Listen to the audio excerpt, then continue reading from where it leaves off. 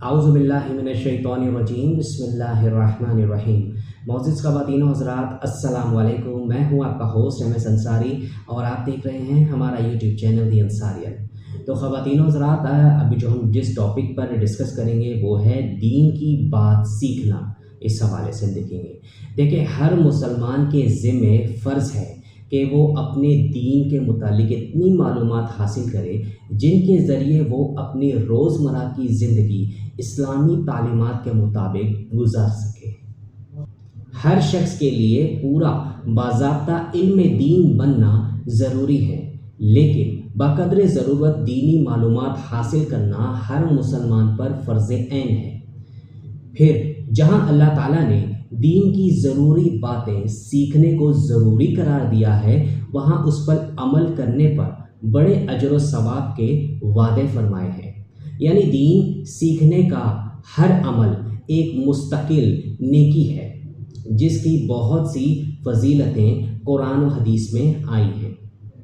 آن حضرت صلی اللہ علیہ وآلہ وسلم نے ارشاد فرمایا کہ جو شخص اس غرض کے لیے کسی راستے پر چلے کہ علم کی کوئی بات سیکھے گا تو اللہ تعالیٰ جنت کے راستے کو آسان فرما دیں گے، اور علم طلب کرنے والے کے لیے اس عمل پر اظہار خوشنودی کے لیے فرشتے اپنے پر بچھاتے ہیں۔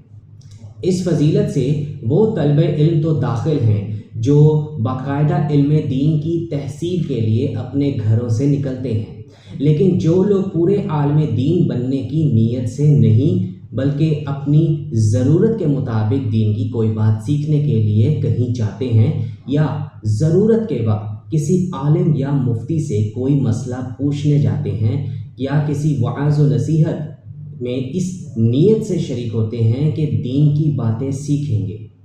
امید ہے کہ انشاءاللہ ایسے لوگ بھی اس فضیلت میں حصے دار ہوں گے۔